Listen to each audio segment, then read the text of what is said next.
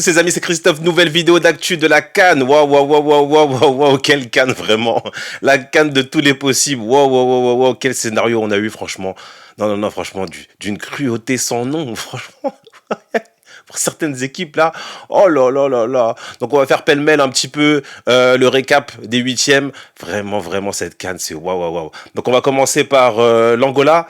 Donc l'Angola qui s'est imposé face à la Namibie. Une Namibie assez joueuse quand même, avec une Angola qui a pris un carton rouge très tôt dans le match. Mais ça ne les a pas empêchés justement de marquer ensuite et d'après de faire le break et enfin de finir. Bon, globalement, l'Angola était au-dessus, hein, mais quand même le carton rouge les a fait un petit peu vaciller. Mais globalement, ouais, c'était quand même au-dessus l'Angola. Angola qui va être redoutable hein, au prochain tour. Hein. Donc ouais, ouais, pas mal cette Angola. Ensuite, il y a eu bon le Nigeria-Cameroun. Bon, très clairement, le Nigeria était au-dessus.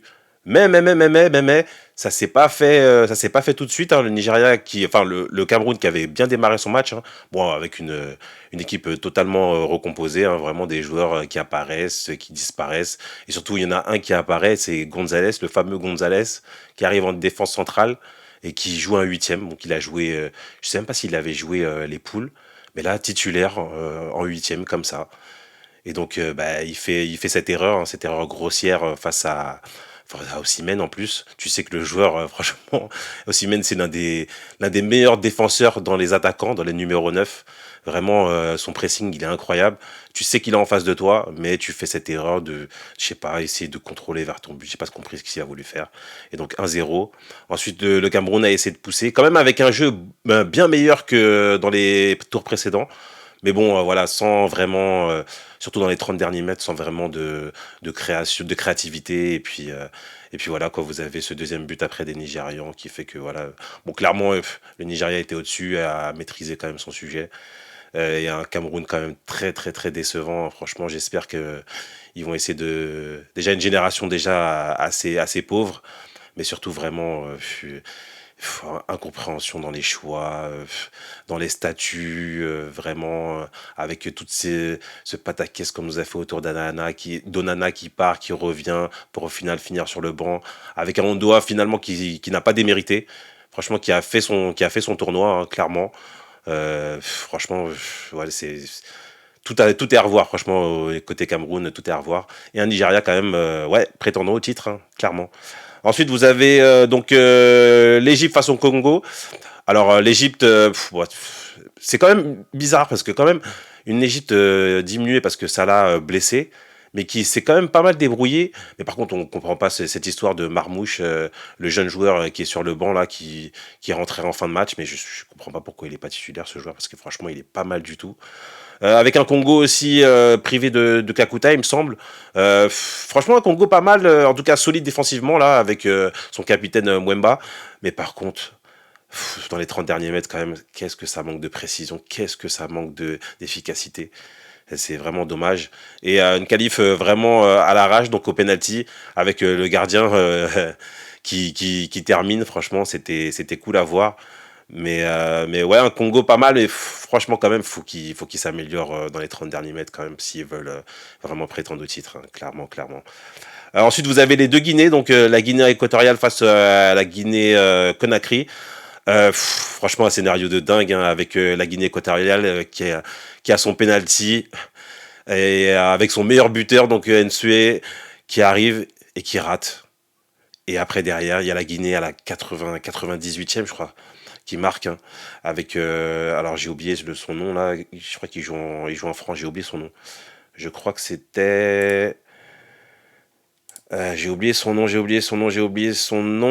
C'était Bayo, ouais. Bayo qui vient marquer le but de la victoire à la fin de match pour la Guinée. Une Guinée, franchement, surprenante, hein, surprenante. Très sérieuse, très équilibrée. Franchement, un petit poil à gratter pour le prochain tour, hein, clairement. Ensuite, on va passer donc au Cap-Vert.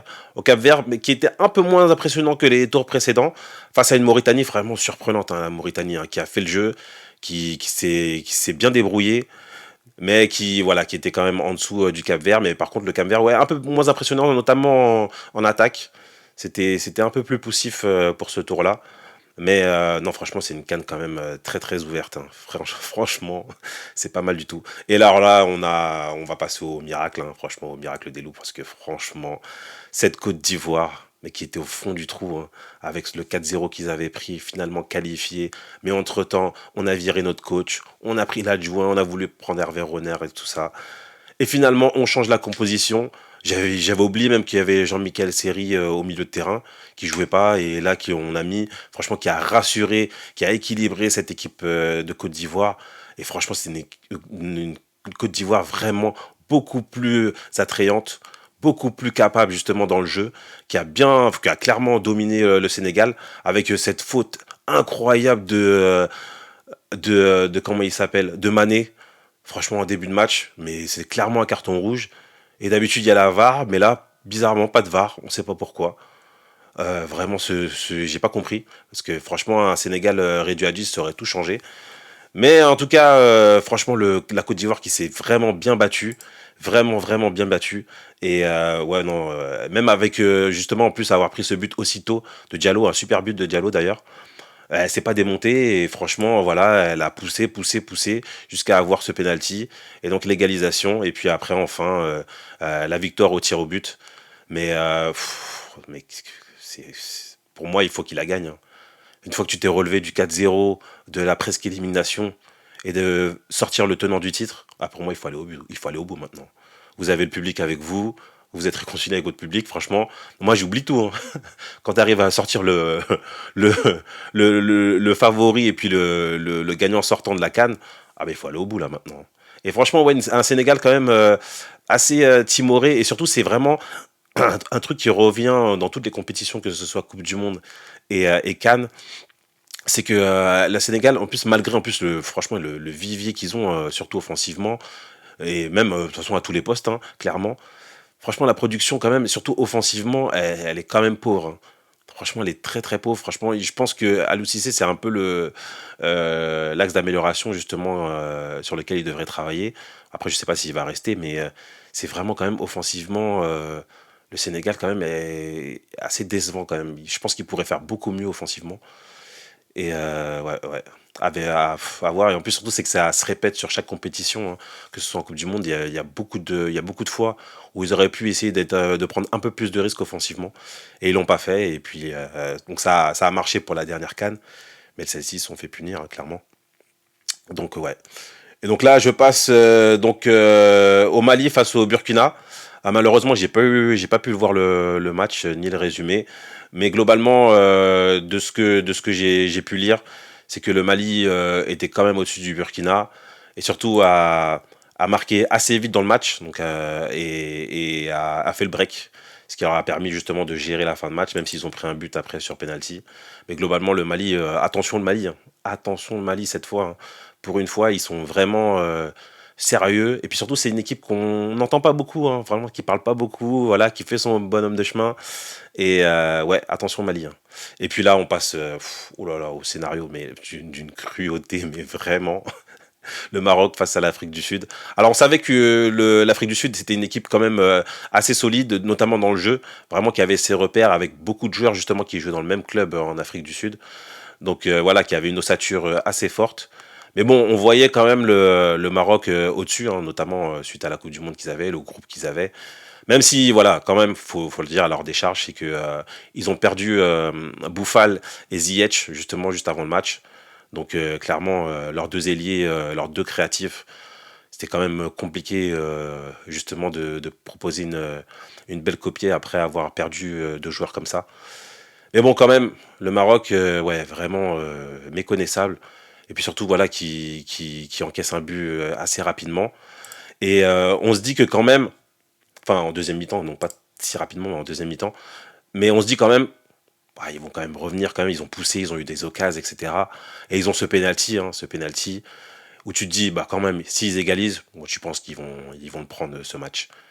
Et vous avez Hakimi qui tire sur la barre, qui va au-dessus.